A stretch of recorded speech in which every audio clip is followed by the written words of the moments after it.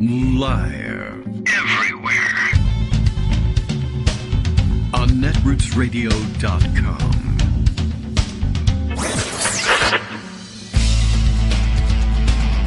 David Waldman. Kagro. In the morning. Now, here's David Waldman. Hey, good morning, everybody. How are you doing? It is Wednesday, March 30th, 2022, almost at the end of March. We had our Ides of March some 15 days ago. Now we await the extra day that makes the 15th the Ides, the middle, the whole thing. The way mathematics works, counting stuff, all the hard things we have to do in life. The show is ready to roll in the sense that the time has come to roll it, and I am here rolling it, and Bill is there in Portland, Maine, rolling his tweet out this morning. The Kagro in the Morning radio show with Kagro X, that's how it gets to be, the Kagro in the Morning show, is live now, this is true. By posting this, he says, I have, quote, crossed a line, and I would have crossed it again if not for that meddling Florida governor. Tweeted via BlackBerry from my Tallahassee prison cell. Yes, I noticed this morning as well. Governor DeSantis is in a huff, could we say? I don't know. He's just always angry about something. Anyway, today he's upset because the Florida Don't Say Gay bill has passed and been signed into law. So obviously he's angry, even though he passed it and signed it into law. But because Republicans don't take yes for an answer, he's angry this morning. He's actually upset because the Disney Corporation, I guess as a corporate entity, has now belatedly decided that they actually oppose this thing, even though it was pretty widely reported that they had given money to every single Republican sponsor of the bill for some unknown reason. And then I guess they wanted it originally, and then they got called out on it, and then they realized, maybe, public sentiment is actually against this thing, and now they are opposed to it. And I can understand, I guess, to some extent, why DeSantis is upset to have lost their support. But anyway, he expresses himself, let's say, inappropriately, because that's the kind of person he is. I happened to see a report, because The Hill tweeted the report at me this morning, with a picture, and that makes it, I don't have to look at anything. Anything with a picture, you got me. DeSantis says Disney crossed the line with criticism of the Don't Say Gay bill, and I'm not going to go in depth into this thing, but just to explain what's going on here. He had a press conference, I guess, about, I don't know whether it was about the thing having been signed into law, but anyway, it became about that at a Tuesday news conference, and they wanted you to know it's Tuesday. And maybe because it's 2 in Tuesday, that's why they thought they should say it 2 times. There's a typo in the Hill. At a news conference on Tuesday, that's the second Tuesday of the week, I guess. Tuesday. I don't know what that's supposed to mean. DeSantis shared his displeasure over Disney's statement on the legislation that he signed a day earlier, saying his state is not run by, quote, California corporate executives. Well, sure it is. That's where Disney's corporate executives are, and they call the shots in Florida. I'm not sure they're all in California either, but who knows? Anyway, he then complains for Disney to come out and put a statement and say that the bill should have never passed and that they are going to actively work to repeal it. I think, 1, was fundamentally dishonest. That may be true. But 2, I think that crossed the line, DeSantis said. And he goes on to elaborate about how angry he is about the line being crossed, but he doesn't say anything about why it's a line crossing for a corporate entity to petition a government for the redress of grievances. But because he's such a patriot and loves the Constitution so much, it does cross a line, and that's all there is to it. But they should have made up their mind earlier. Yes, they should have made up their mind the other way earlier. And yes, they should have prevented the thing from being passed if they could, but they didn't. And they since have changed their minds, discovered that they have new grievances about the law, and would like to see it repealed. I don't see why that crosses any sort of a line, but that's just him doing tough guy talk and trying to run for president. Anyway, he's a jerk, and you shouldn't listen to him, and maybe Bugs Bunny will saw his state off of the United States and set it adrift, and we'll never hear from him again. That would be great, but no sign of it happening anytime soon. Just wanted to note that for the record. He's completely, He's out of it, and he's an idiot, and everyone should ignore him from now on. Now I've said it. You all have to ignore him. It's all finished at this point. All right, many other things going on, including more emerging evidence that a former president of the United States, Donald J. Trump, has committed various federal crimes and also continues to explore his treason options. Last night, it was reported that he went on one or another of the stupid shows that purports to be on television, may or may not actually occupy television airwaves. I don't know, but it's no less a TV show than this is a radio show, I suppose, if it's carried to you over the internet, and told everybody that maybe Russia should manufacture the dirt that he wants on Hunter Biden since Ukraine won't give it to him anymore. And it was interesting in the way he put it, that now that Putin would have reason to not be exactly the biggest fan of our country, that maybe he would now be motivated to provide that information, as if he weren't motivated to provide it before. But anyway, he thought Ukraine would take care of it. Just pointing out now that we can safely consider Putin an enemy. Donald Trump would like to give him some aid and comfort by accepting whatever dirt he might choose to manufacture on Hunter Biden, thereby making Putin feel better about his having painted himself into a corner. And that's a little bit of treason and whatever, and you know how these things go. Anyway, besides that, there's more to it, but if I tell you that, then we won't hear from Greg Dworkin until later, and that would be a crime in itself, perhaps federal. Good morning, Greg. How are you? Good morning. That'd be okay. I'm enjoying listening to this. I have more to say, but I have a feeling you will lead me there, and then I'll say it, and then you'll say it over me. Oh, okay. If you like. That sounds like a plan. I like it. Yeah, all right. So it's all mapped out now. See, that's strategy, you know. Right. My talking over you is simply tactics. Ah, okay. I can never But get there's that a right strategy as many behind times it. as people It's say. cooperative listening, as we like to call it. Okay. Well, that and trigonometry just escaped me. Okay. Can't be done. You can't be taught these things. So, a couple of things to mention. Since you talked a little bit about politics, let me just throw this in there because I think it's important. Oh, all right. Maine Senator Susan Collins this morning says she'll vote thing. to confirm Supreme Court nominee Jackson, that's Yay. Ketanji Brown Jackson, giving Democrats at least one GOP vote. That, by definition, makes it bipartisan. Hey. So you are now allowed to say that. That's right. A bipartisan consensus has happened. Yes, Collins, after reviewing Judge Ketanji Brown Jackson's extensive record, watching much of her hearing testimony, and meeting with her twice in person. And here's the important part. Twice. I have concluded she possesses the experience, qualifications, and integrity to serve as an associate justice on the Supreme Court. Well, that's true. Period. No however. No I'm troubled. And the thing is, her news. conclusion as to why she's voting for her Yes.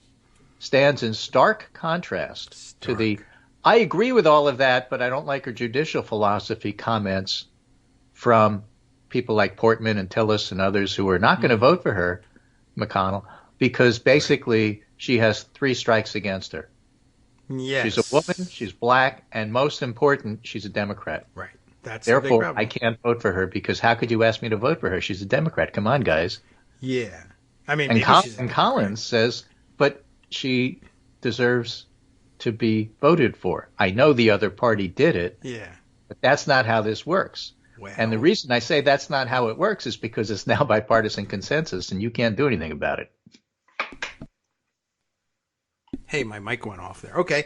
Yes, that is true. I'm glad she's doing it, and I'm glad she's lending. Well, Yeah, Romney may I be could the other use vote. another So it's name, good. You know, it may be perhaps, but 52-48, but That'd it's be not good. going to need Vice President Kamala Harris to break the tie. No, but it would be nice if it did, because I think she'd love to vote. But Yeah, we'll but, take the you know, it's okay if it doesn't go there. Yes, she can show up and say, she can preside, certainly, and probably should choose to do so. Just to, I'm not here to break the tie. I'm just absolutely, here that to should be be true. like But, witness you to know, a historic moment. Something, yeah, Hope she's exactly. free But some for weapons are best for not using them. For Right. wanting them, for saying we could, we have it, Right. we're not going to use it. Yeah. That's a message to Vladimir Putin, by the way. That's true. I have the gavel. Don't need it. Just saying it's nice to have. And good to be here today. I'm glad that Susan Collins is doing it. I don't think she had that much other choice, but right. I know you're talking over me, but the fact of the matter is I have the gavel and you can't continue this for reasons, okay? So I'm just saying. Okay, well, then I'll come back later and say. Well, no, I could cut you off. I'm not going to. But you just have to understand. Oh, you're making a point. All right. Anyway, yes, right. Okay, I do understand that. Well, clearly I don't. However, the point I was going to make was that, Susan Collins, I think, she will never acknowledge it, but I think she's in a bit of a bind here. Of course, everyone's still mad at her at misjudging Kavanaugh and voting the wrong way on that, but it occurs to me this morning with Trump back out there calling for foreign interference in the next election by giving him dirt on the Biden family. I recall her vote to acquit Donald Trump in the first impeachment trial, in which he was on trial for soliciting the same information from Ukraine, that she was voting to acquit him because, of course, she believed he had learned his lesson from this incident. And we are now back to him once again soliciting foreign interference in the next election, looking for dirt on the Biden family, the same dirt, this time from Russia instead of Ukraine. And the lesson, as I recall it, was all of the stupid hippie communist bloggers saying, if there's no consequences for his doing this, he'll just do it again. And you idiots, you got it wrong again. Now he's doing it again, just like you said he wouldn't. I remember very clearly the way you blogged about that. Anyway, so I hope that to some extent she's feeling some heat from that. I like the fact that she has to announce that she's coming out for Judge Jackson now that we got a chance to point out, hey, you're so frequently wrong on these things. Is it going to change your pattern of voting at all? Yes, I'm going to switch. I note that she comes out for it after Manchin, which means that her ascension is essentially assured. Yes, it doesn't matter what she does. Yes, basically. and so therefore now is the right time to do it. Ready to do it. So I'm wrong about everything, and it doesn't matter what I do. Time for a big announcement. Okay. That's good. Well, anyway, Susan Collins is next. We'll see what he does. I think he'll be. I'm not looking for any other profiles in courage on the Republican side.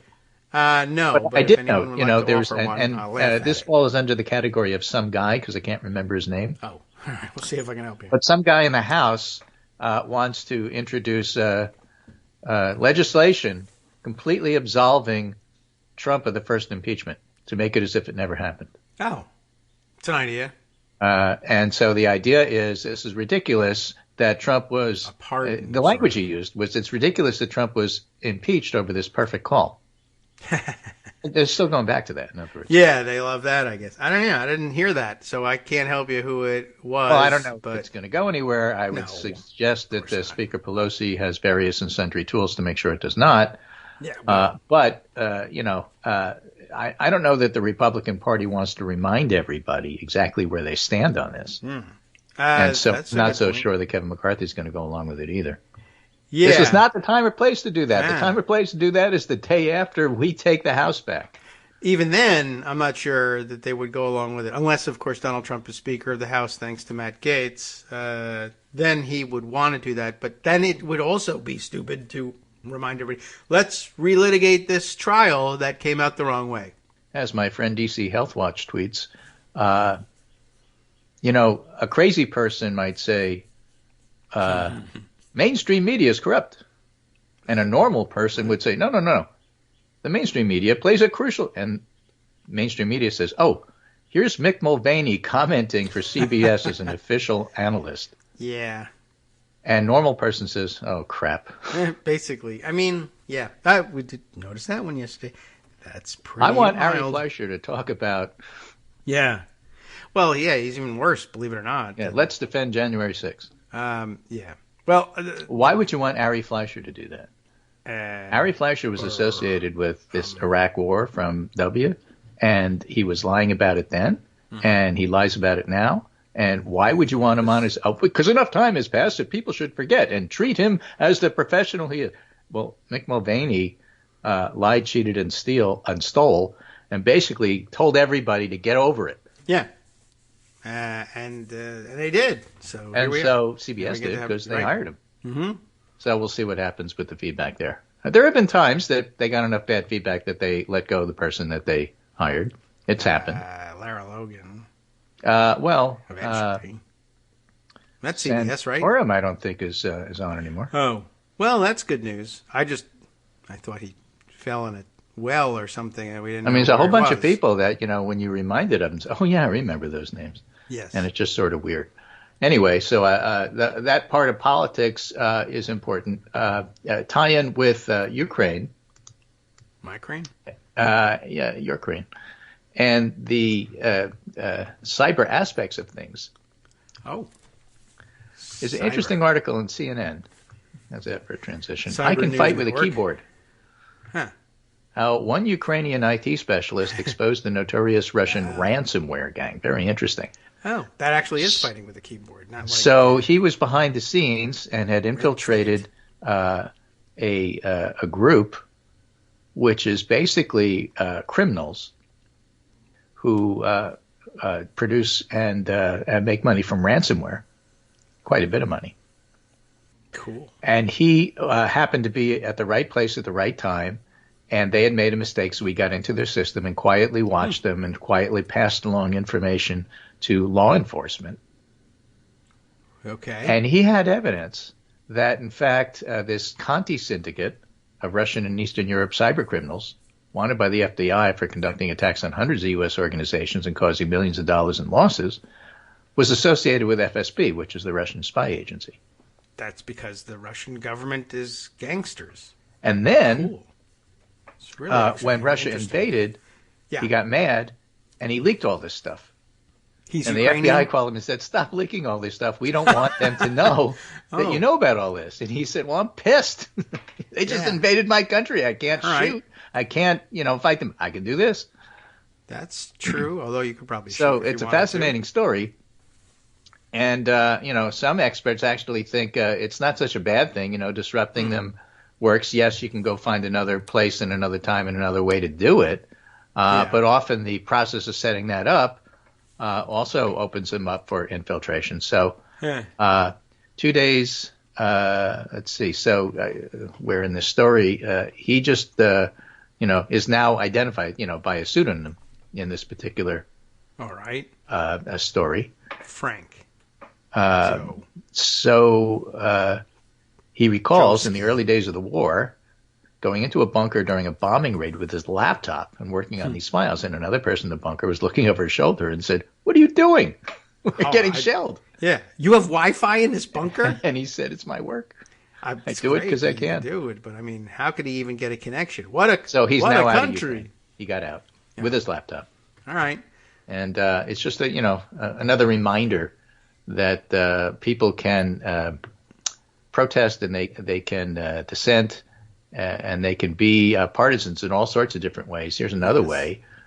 This is from the Twitter account of Visegrad24. The railway war in Belarus continues with 2 new sabotage actions by partisans in recent days. 4 railway employees have been arrested on suspicion of sabotaging the Russian war effort, massive crackdown on employees with home search and long interrogations.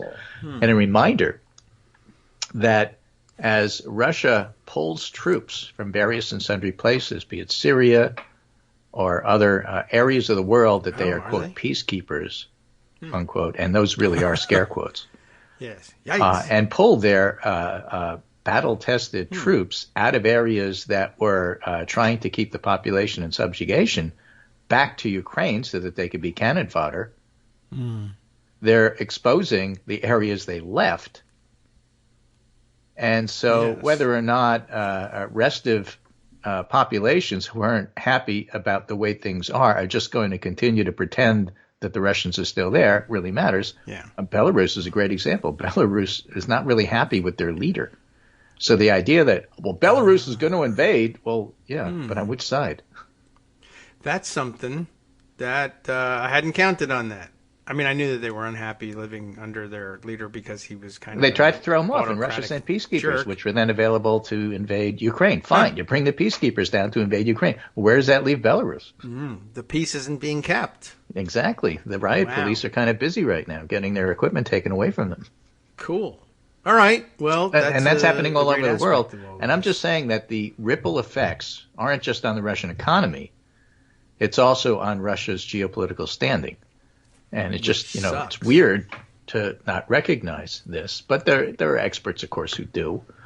One of the experts I follow is a fellow named Phillips O'Brien, professor of strategic studies, University of St. Andrews, author, and a very coherent and interesting guy. And he writes today, this might be counterintuitive, but the mediocre, to be kind, performance of the Russian military in Kyiv means that Europe and the U.S. don't need to rush out and spend billions more right away on their militaries. Well, it means they have a window to plan for the future. And they should do it properly, learn the lessons of the conflict, not waste money on systems that could be a questionable value, like don't buy more tanks. And take advantage of the significant security window Russia's giving them. There's a number of fundamental questions that need to be analyzed before we rush off to spend billions. Even before looking at the war, we need to start with these two. Why did so many militaries overestimate Russian capabilities? We need to know why the perception of how wars develop was so flawed. Remember, he's a theorist. Well, why were Ukrainian capabilities so overlooked? We also need to break away from the Russo-centric understanding of this conflict and examine why so many missed what Ukraine was capable of doing. And then there would be need for a rigorous analysis of the war itself, and that'll take time. So not shoving lots of money into defense budgets now is a smarter choice. Well, have a good time over there at the University of St. Andrews. And then he adds, it's behind a paywall, but this article by Edward Stringer makes the same case, if you can read it, terribly insightful on strategic questions from the Ministry of Defense in UK. All right. And what's fascinating about this is Edward Stringer in the Telegraph is talking about something called the Integrated Review, where the British Ministry of Defense sits back and says, here's our strategic plan. And critics of the plan, which call for, among other things, support for small mobile units over tanks. Critics call for more tanks and much higher defense spending. Their arguments are seductive but wrong. And he writes, military commentators have been quick to co-opt the war in Ukraine to their particular cause. In many cases, the cause is a retreat from the modernizing agenda of the government's integrated review. And are calling for a great increase in the defense budget. Well, that's what Germany did, but Germany was in a totally different situation. Yes. Germany didn't really have a defense budget that matched everybody else for reasons, Yeah.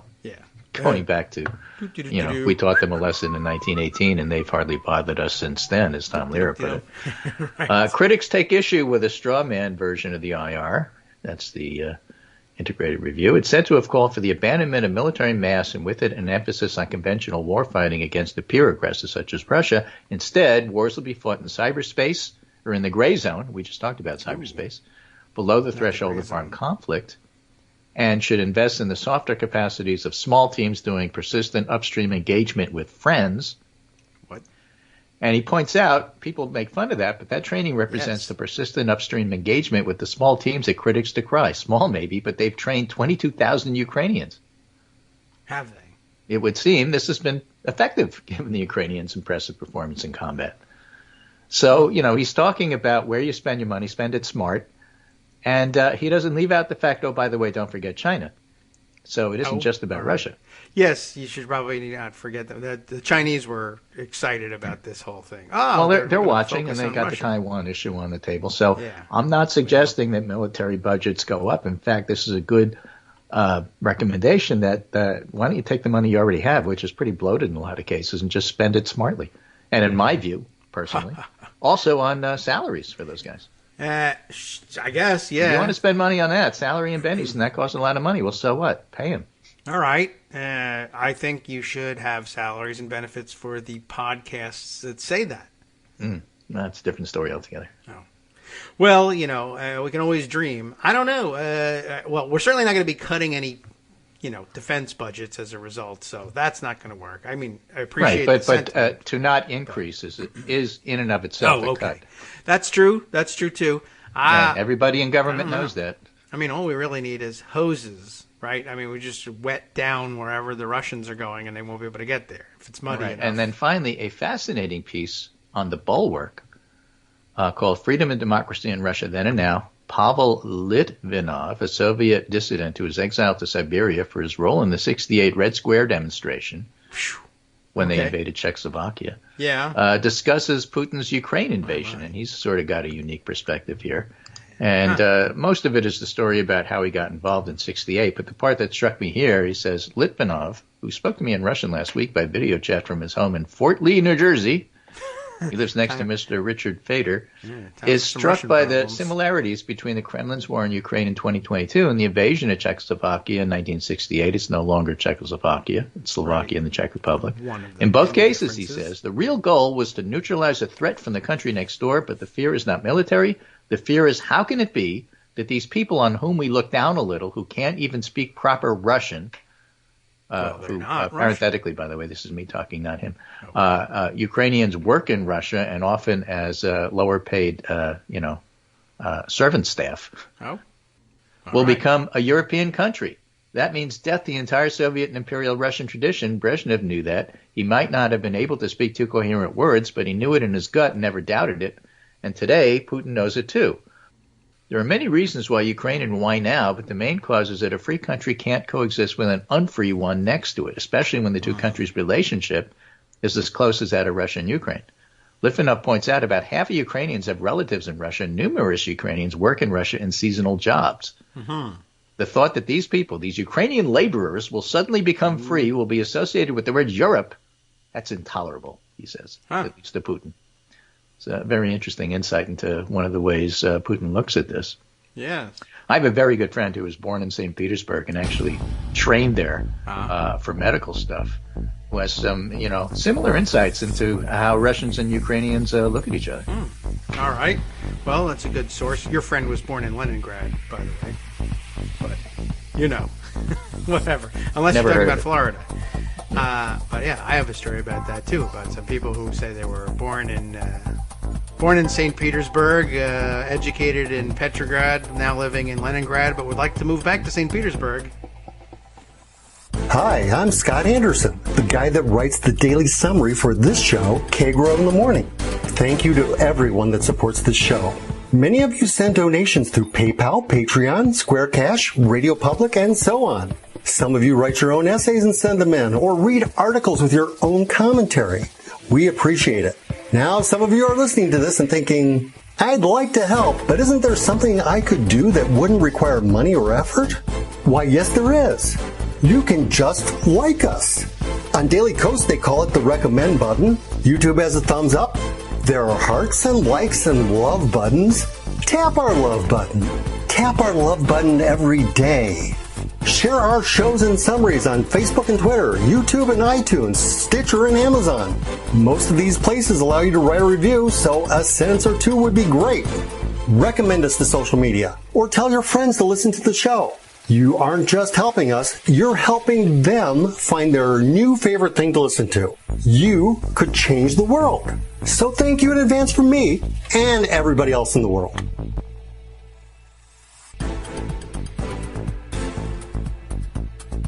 Welcome back now to the Kagro in the Morning Show here on Roots Radio. We continue with Greg Dworkin, having some pizza, learning about Ukraine, whatever. Yeah, and there's another piece that I don't have at my fingertips here, which was kind of interesting, talking about the fact that the living conditions in Russia are quite different in the area around Moscow, where before the war you could find all sorts of luxury goods, etc. Yes, and the outlying parts, shall we say. So if you have a Russian conscript who grew up in the outlying parts and isn't that familiar with Moscow, and send him to Ukraine, and he's fighting in Ukraine and noticing that, at least in the first days of the war before everything was destroyed, this place is pretty fancy compared to where I grew up. Yeah, I did see They have a better standard of living than we do. What's going on with that? Well, anyway, I'm told to bomb it so that they don't. Yeah, well, that's the end of that. I got to take that standard of living away. But I saw tweets like that where they were saying the Russian conscripts were seeing their first paved roads, and with visual examples of, everybody knows you don't drive downtown in spring because of the mud. Yeah, Wi-Fi in these bunkers. It's crazy. Even in their bomb shelters, they got Wi-Fi. But yeah, Moscow, where all the money is it's fancy, and they're attracting foreign investment. A lot of It's emerging just a reminder countries are like of why I read all these stories about what's going on overseas and try to talk to people, or at least read people, if not talk to them, who are from there or who are there or who have that kind of insight.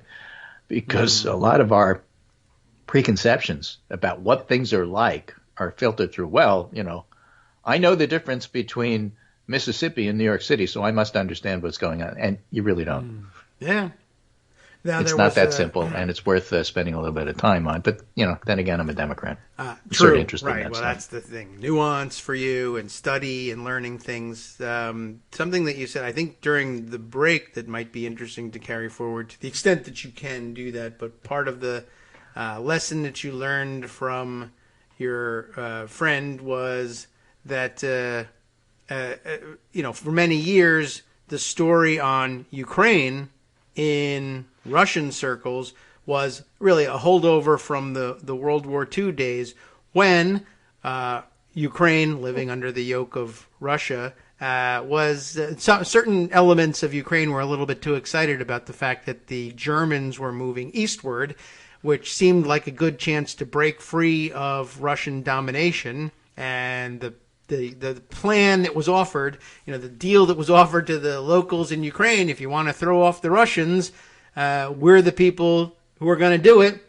Join up, and I don't know how much research they get into the whole thing. It's a simple fact that if you talk to people who grew up in that area, and you talk about what was going on with their parents, yes, whose side were you on, is a really complicated question. Right. And, I don't know. Some Ukrainians really pitched in with gusto on behalf of the Russians. That is absolutely true. And some didn't. Some picked the other side. Some didn't. And there are still plenty of folks living in America now who weren't there then necessarily, but whose families came from that direction and that area, and who got the news during World War II that, those Ukrainians that we ran away from, the Cossacks who conducted the pogroms and sent us fleeing in the 1800s, are picking up arms, looking to throw off the yoke of the Soviet Union. And guess what? There's a convenient mode of operation that they're falling back into.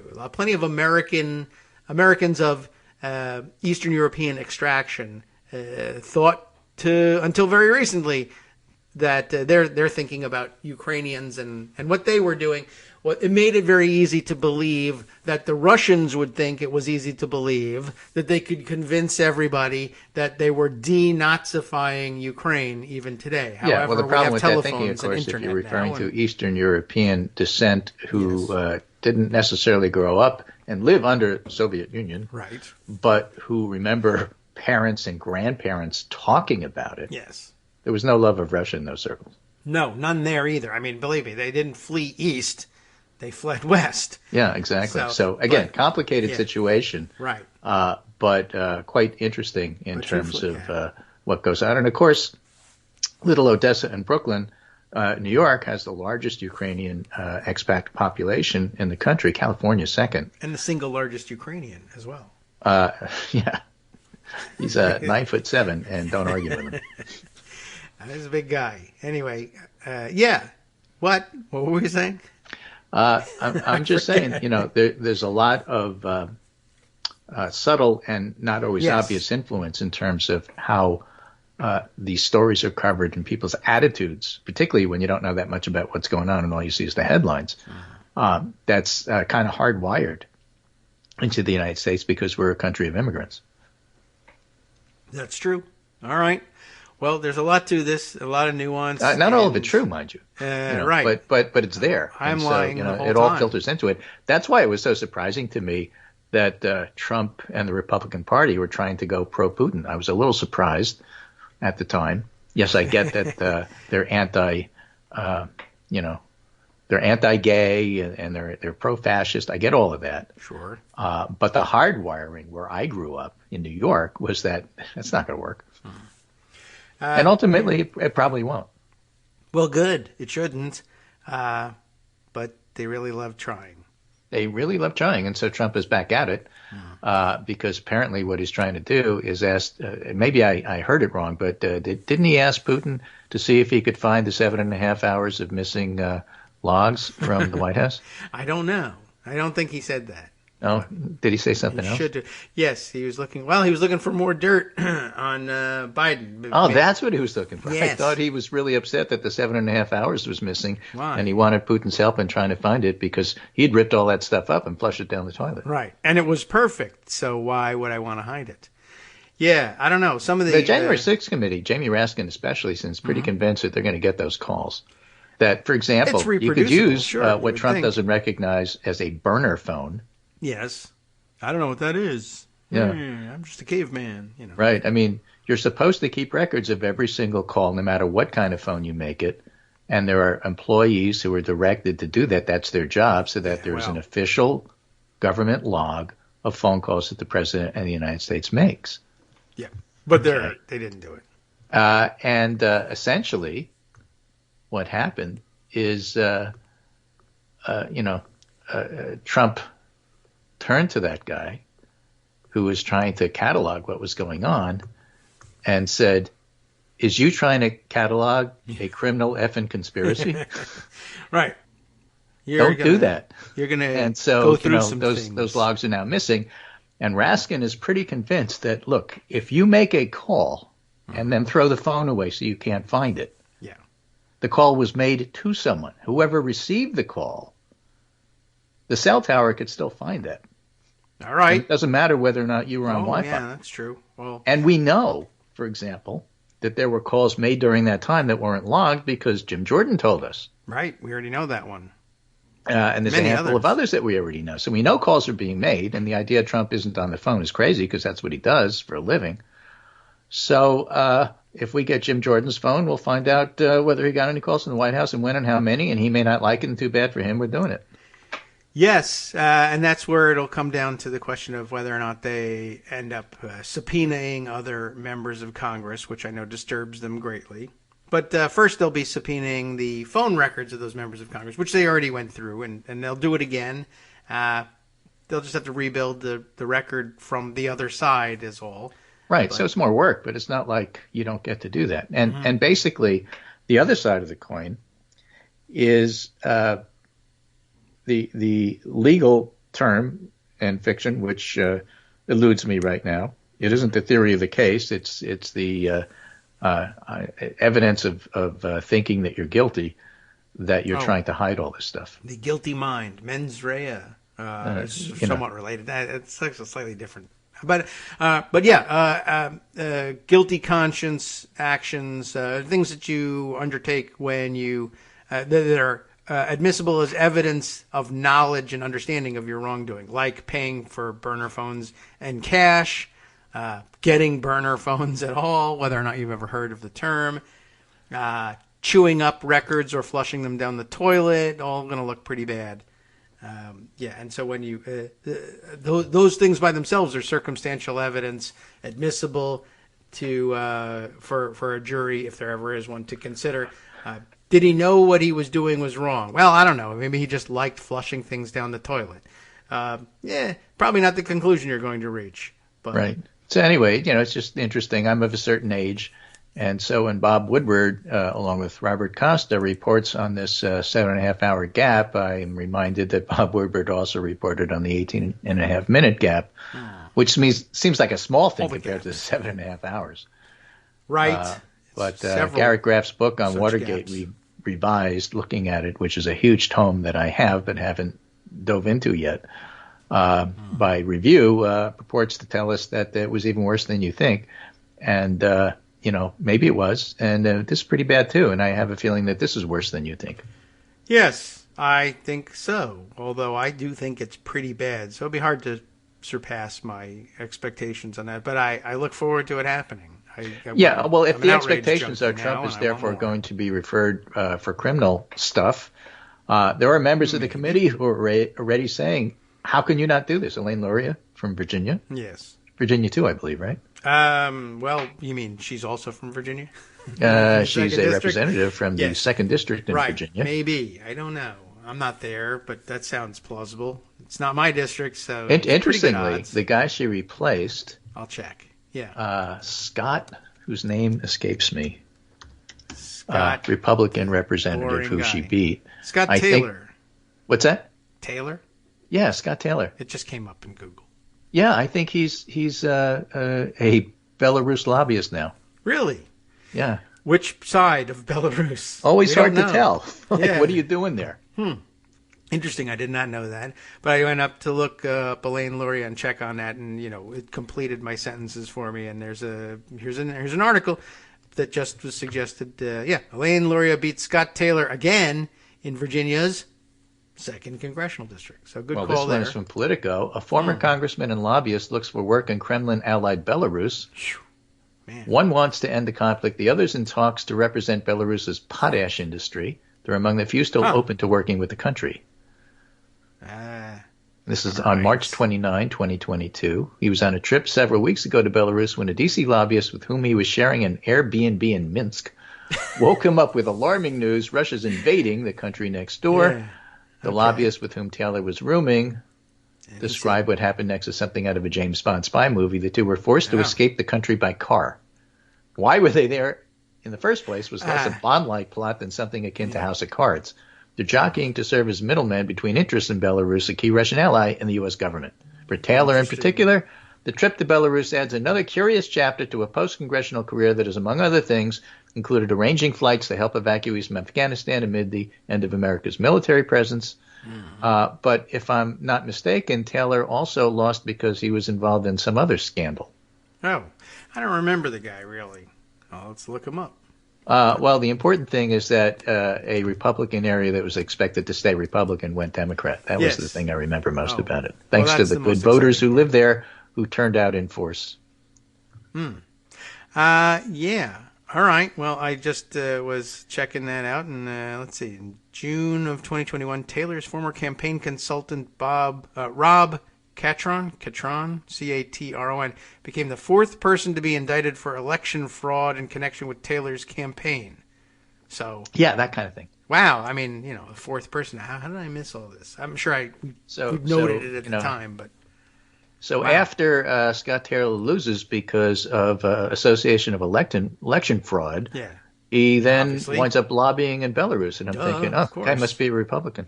Yeah, pretty much. I mean, you can't go into like insurance sales here or open a Dairy Queen or something. Yeah, why don't you lobby for Big Pharma like everybody else? Yeah, right. Be American. Rip us off. Jeez. But he had to go to Belarus because... reasons. I guess he was a Navy SEAL, so it had to be exciting and involve possibly killing people. And then as soon as there was an invasion, he ran away. What do you know? Josh Marshall had a piece the other day reminding everybody that, hey, don't forget Paul Manafort was really, really, really, really, really, really active in Ukraine. Yes. Trying to get the former dictator there reinstated. No matter how many people he had to kill to get there. Right. And weird, he is now trying to get the former dictator reinstated here in the United States as well. Yeah. Isn't that odd? Again, I understand that in some cases the public cares more about gas prices, but these things are important. And again, one of the things that will happen with the January 6th committee, because it's already happened, is they're going to have a compelling story with a great timeline.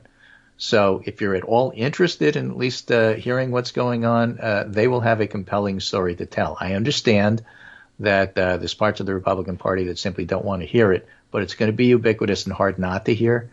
And if 30% of the country is completely tuned out and doesn't believe it, but the other 70% hears it, you may be able to pick off 1% or 2%, and sometimes that's all you need to win. All right. I would like to do that. Please. People asked me this morning on Daily Kos when I was putting the pundit roundup together, are you still interested in outreach to the Republican Party? And the answer is yes. For people who vote for Susan Collins, for people who 10% think that Republicans who don't support Trump should be punished in a recent February poll. Oh. Well, that means that 90% didn't think that. Oh. And so, half of them said, well, just let them stay in the party. And the other half said, actually, the way to deal with people who don't support Trump is vote for an opponent in the primary. That's the natural reaction, although the primary opponent is worse. Well, there's enough of those folks you ought to be able to talk to, even if you ignore the rest of them. If there are a few. And yeah, it's 42% of the party, but that's okay. That's a healthy chunk of people. I will say this. Anyone who would like to do that outreach is welcome to go do that. Yeah, I mean, don't give them a hard. You don't have to be the one to do it, but don't give them a hard time if that's what they're trying. I will stay, far away. Besides which, if I remained there and looked over your shoulder, then everyone would see me there and they would get spooked and they wouldn't listen to you. So, but people like Jared Paulus and Elaine Luria do that, and that's how they wind up winning in their areas. Okay, well, good. In other words, it's the job of professional politicians to go and do that stuff. We don't have to do that stuff. Thank God. All right, good. You were worrying me there. All right, well, I won't do it. And I'm going to keep an eye on this Scott Taylor character. An odd guy.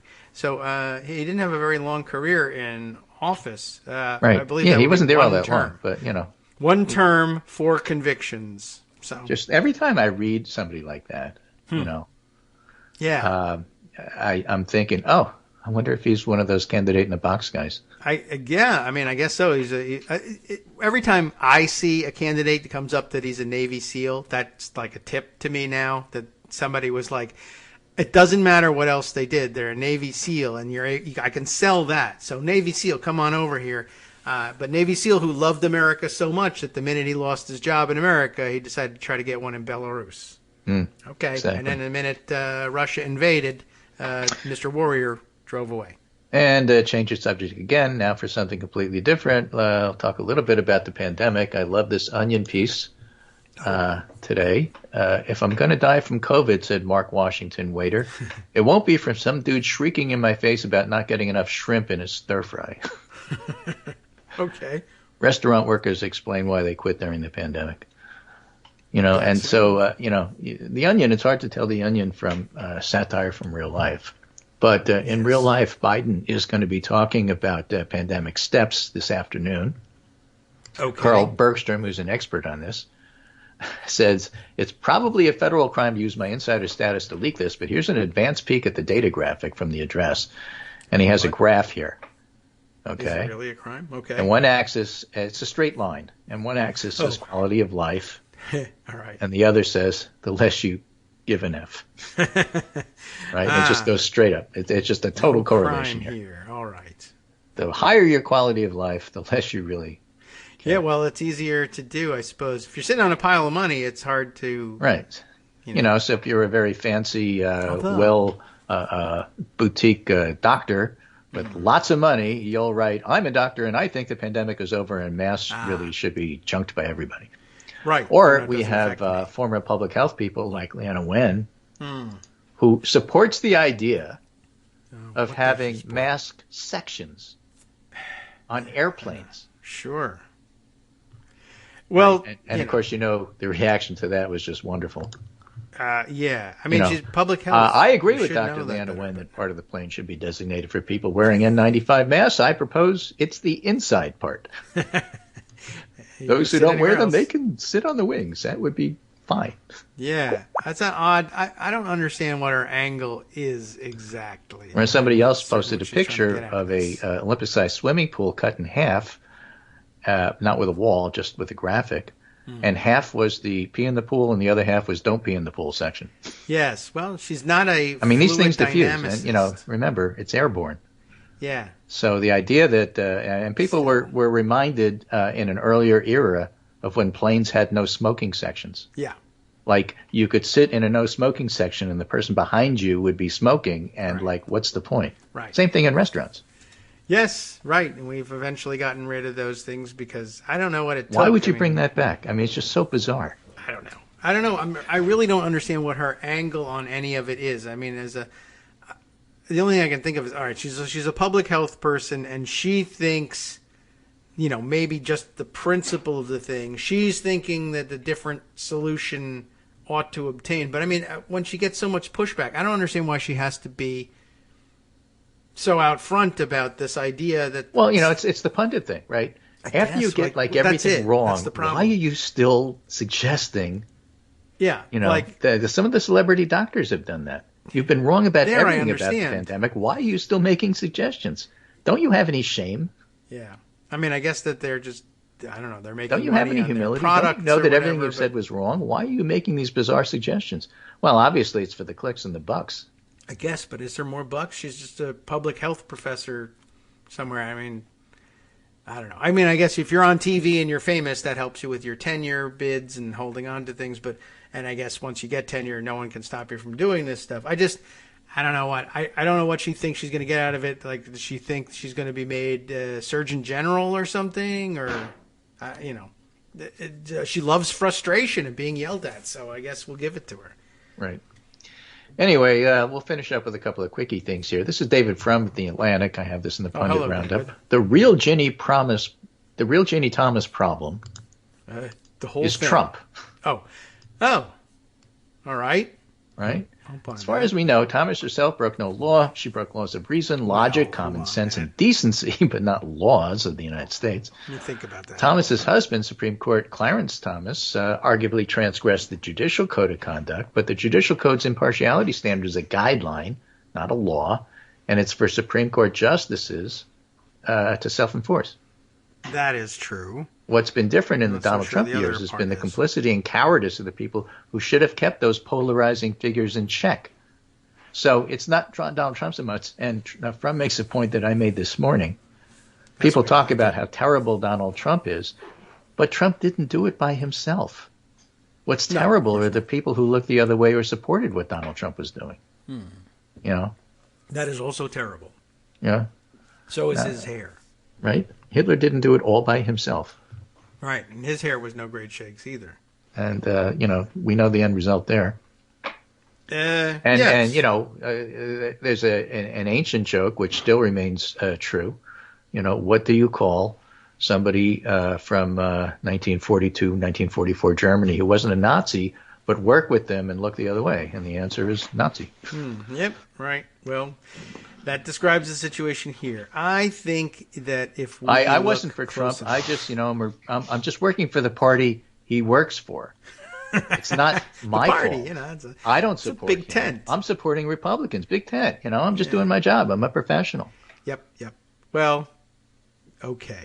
Well, then why didn't you vote to convict him when he was impeached?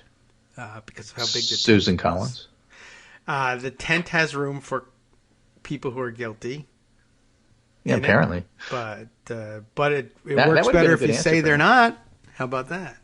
It's Roman Hruska's answer, right? Yes. I think mediocre people deserve some representation on the Supreme Court too, Yeah. And Guilty boy, people do they have belong it in the Congress. Republican Party, not just the innocent. We have to be a big tent. That would have been a great answer. That's true, right? Yeah. Where's the representation for guilty people and federal convicts? Yeah. They don't even get the And as vote. far as Clarence Thomas goes, it's an answer for him too. Yeah. I think guilty people deserve somebody on the Supreme Court. And now we've got one. All right. Well, I think if we look hard enough and get enough information, we might find that. And I don't think David Frum would disagree if we produce the information. I don't think he's uninterested in holding Ginny Thomas to account. But I think that you Right. could Now he's probably just crack making a that larger case. point. She doesn't work in a Yes. vacuum. Right. Nor Neither does does she Trump. know how That's to my work a point. vacuum, probably. In all likelihood, that's someone else doing the vacuuming at home. But you never know. Anyway, finally, this is a de Beaumont survey. 2 years of responding to the COVID-19 pandemic has contributed to increased stress and burnout, as well as post-traumatic stress symptoms, according to the Public Right. Health Workforce Look at Ginny Interest and Thomas. Needs Survey of 2022. More than half of public health employees report symptoms of post-traumatic stress disorder. 1 in 5 say their mental health is either fair or poor. Many public health workers, especially executives, report experiencing bullying, threats, and harassment. More than 1 in 4 public health employees say they are considering leaving the organization. Despite these challenges, public health employees are committed to their jobs and their communities, including the ones who are leaving the organization. Yes, they're committed to leaving. Something like that. Or maybe they'll just continue to work for public health, but in a different context than sitting there and being yelled at. Right, for stir fry, like the guy in the restaurant. Anyway, that stuff's real. 56% reported at least one symptom of post-traumatic stress disorder. 25% reported 3 or more. So it's a big deal. 2 in 5 reported bullying, threats, and harassment. 3 and 5, or 59%, said, I felt my public health expertise was undermined or challenged. It's probably much higher than that in Florida. Yes, right, if they're still there. The problem with finding people in public health in Florida is they might have left Florida. Right, exactly. Anyway, so that's the wrap up for Wednesday. And I'll be back tomorrow and hopefully, have a whole new set of stuff so we don't have to talk about the same stuff we talked about today. Yeah, although, generally speaking, the subjects will largely be the same. These things won't disappear overnight, but there'll be new angles on them, and I appreciate it. Yes, and I'm just telling you now before I forget, but a week from today, I won't be on the show. I've got some morning appointments. Okay. And I'm going to forget about it, so I thought I'd tell you now. Oh. Well, don't forget. And then when you forget about it, I could say, well, I told you last week. Right. Or I guess we could remind you, if you show up on Wednesday. Hey, what about your appointment? What are you doing? You're supposed to be somewhere. Exactly. Oh, right. Okay. Well, all right. We'll try and remind you, or you'll. And for those of you keeping score at home, today's show was an exact mirror of generally what used to happen when David and I would have breakfast together. This is how the conversation would go. And that's why we do the show. And that's why the Hilton hotels now end breakfast at 9:30. Exactly. Get out and they no longer give you all you can eat. Right. So that we did that. I apologize for that, but they had this fantastic coffee machine that would make cappuccino and all sorts of great stuff for you. It was really nice, and and I wanted to get one for myself at home, but they're very expensive. Also, I don't know how you clean those things. Right. Anyway. And of course, the dirty little secret for why David and I did this is because we were there with a whole bunch of friends, but we were the only ones who wanted to get up that early and have breakfast. Right. I can't sleep in these hotels. That was a good thing to do, and unfortunately, I can't do it anymore. Pandemic, and also old, and I don't want to leave my house. Yeah, pretty much. Anyway, take care, and I will talk to you on tomorrow. Right. Thursday. Okay. Very good. Thursday. Right. Grabthar's Hammer Day. That's what they say. All right. Well, that should be exciting. And yes, now time for us to get set for taking our break. And all right, we'll look forward to look ahead, see what we can do for the next hour. Figure out what you're going to do for the next hour first. I'll be working on that. And Ginny Thomas, she'll be making her plans as well. Despite all the post-traumatic stress disorder that she's experienced from the pandemic as well. I heard it was the kids who had the mental health problems from COVID, but it turns out it's Supreme Court justices' wives. Anyway, we'll explore that and more after this.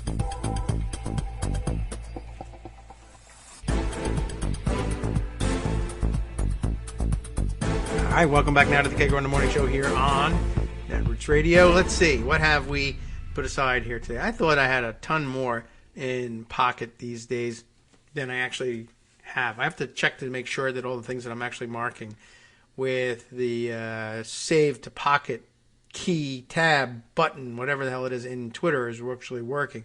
But perhaps between that and the old Twitter feed, we can sort all those things out. Let's see. One additional part of the war on Trump that's still going on here. A piece from CNBC yesterday that offered the possibility of a little bit of update. Significant, and that's in quotes, significant evidence suggests Trump Organization misstated asset values for more than a decade, the New York Attorney General says. Now, this has been a theme for 40 years, I think, probably, maybe even a little bit more. But lately, of course, we've heard a lot about how the New York Attorney General is trying to bring a case, civil case, against the Trump Organization specifically about this. And by way of update, there's now, I guess the Attorney General has convinced some reporters, at least at CNBC, that they are more convinced than ever that maybe something kind of sort of happened, and maybe they can even prove it too, and they'll get around to doing it. But whatever, it worked with Dan Mangan, Mangan, over at CNBC, and here's what he has produced as a result. He, or CNBC, like Business Insider and other business publications, starts with key points and bullet points up top that make me think that if I read them to you, then reading the rest of the article will become useless, and I like to do that because that's where the nuance is, and things that are wrong with the reporting that we can point to. But I don't know. Maybe we'll do it in reverse this time. As an experiment, we'll read the body of the article, then we'll go back and skim through the key points and see if they were right about them being key. The full body of the article reads, the New York Attorney General's office has, quote, uncovered significant evidence, unquote, suggesting that financial statements by the Trump Organization relied on misleading valuations of its real estate assets for more than a decade. More than that, I would say, but they have evidence of more than a decade. The office said in a court filing Tuesday. That's the news hook. Okay. So actual court filings made yesterday that say what we've been saying, or what the Attorney General's office has been saying they were going to say eventually in some court filings. Now they have done it. That's the news. That's why it feels like it's recycled. But long story short, their filings were made about all the stuff we knew that was true. Those potentially misleading valuations and other misrepresentations, and that's in quotes, and other misrepresentations, were used by the company owned by ex-President Donald Trump, quote, to secure economic benefits, including loans, insurance coverage, and tax deductions on terms more favorable than the true facts warranted, the filing alleged. The claims by Attorney General Letitia James were made in response to an appeal by the Trump Organization and Donald Trump of last month's order by a Manhattan state court judge directing Trump and two of his adult children, Donald Trump Jr. and Ivanka Trump in this case, to submit to interviews by James's investigators. So the judge said, yeah, you guys got to be questioned. And they said, nuh-uh, we appeal. And now they are filing in the appeal their new evidence that they totally did it. It's really not that much of a story, but it gives us a chance to go over the problems again. James issued subpoenas to those three people, Ivanka and Donald Trump Jr. and Trump himself. Those three people. That's an interesting way of putting it. To help reach a final determination about whether there has been civil fraud committed in connection with these asset valuations and who may be responsible for such fraud, the filing said. So they're still unwilling to say. In one glaring example, the financial statements for the Trump Organization from 2010 to 2012, quote, collectively valued rent-stabilized apartment units that it owned at $49.59 million dollars. It was billion. That's a misstatement. $1 million. And even that's a misstatement. It was, quote, over 66 times the $750,000 total value the outside appraiser had assigned to these units, the filing said in a footnote. Wow, really? How many units is it? I don't know how many. It doesn't say how many, but look at this. So the appraisers said the rent-stabilized apartment units that you own, and here we're talking about things built by the original Trump Organization, probably under Fred Trump, the lower income housing that they built before Donald Trump tried to take the organization upscale, right? But wow, how many units is it? I mean, $750,000 is the total value, according to an outside appraiser that looked at the units. $750,000. Their valuation of it is almost $50 million, 66 times greater. That does seem like a pretty egregious misstatement. Although I will tell you that if I was taking a glance over you see why they thought they would get away with it. No one knows how many units they own, I guess. Although I guess if you're trying to do the work, you would have to count those units. But if you said offhand to somebody, the Trump Organization owns a whole bunch of rent-stabilized apartments all over New York. How much do you think collectively they're worth? I'd never guess $750,000. That's by the way, the total value of like one house around here, where prices are crazy because we live close to D.C. and they figure everybody's a millionaire somehow. But anyway, if you said he owns $50 million worth of apartments, rent-stabilized apartments in the New York area, I would say he might. I don't know. But then, of course, if you said, well, there's 6 of them, I would say something is wrong with that number. That could be a problem.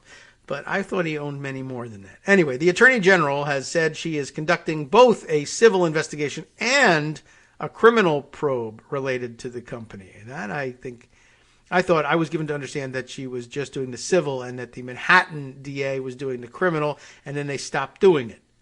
But maybe she's picked up the criminal aspect of it. Mr. Trump personally certified the accuracy of the statements for the years prior to 2016, at which point his assets were placed in a revocable trust, while Donald Jr. was responsible for the statements for the years 2016 to 2020, James noted in the filing. That document said that from 2012 through 2016, the company's financial statements said that Trump's triplex apartments in his one triplex apartment. Do they say triplex? I don't know. I don't have any plexes, so I don't know what to say. Trump's triplex apartment, 3-story apartment in Trump Tower in Manhattan, quote, exceeded 30,000 square feet and valued the apartment at up to $327 million based on those dimensions, the filing noted. Now, built in 2017. Oh, I'm sorry. Why did I say built? But I thought they were going to describe the thing and say, oh, but that was totally wrong, which is what they're going to say, but not in this way. What they were going to say was, okay, so I've screwed this up. Between 2012 and 2016, Trump said he had 30,000 square feet in his apartment and that it was worth $327 million based on that. But in 2017, the company's statement slashed the apartment's value by 2/3, sizing the residence, curiously enough, at just under 11,000 square feet. Still huge, but huge, as he would say, but a third of what they said it was, which is the figure specified in the offering plan for the building, the filing said. In other words, when they actually built the thing and showed that apartment and said, I guess ostensibly that it was for sale, even though he probably knew he was going to reserve it for himself the whole time. But the drawings of the building essentially say, yeah, it's 11,000 square feet, not 30,000 square feet. Anyway, 2017 was also Trump's first year as president of the United States. In case you were wondering, well, what happened in 2017 that made him stop pretending he had a 30,000 square foot, $327 million apartment? Now, you'd think his initial inclination would be to say, I'm president now, I should say it's 50,000 square feet and worth $1 billion. But I guess he had to make public disclosures about the value of his assets, and this time there was like federal crimes involved if you lied about it. So I don't know why he didn't just lie about it again, because he's lying about everything else and he's on the hook for federal crimes. He should have lied about that too, just completely taking it out of the moral realm. As long as you're lying, keep going. But okay.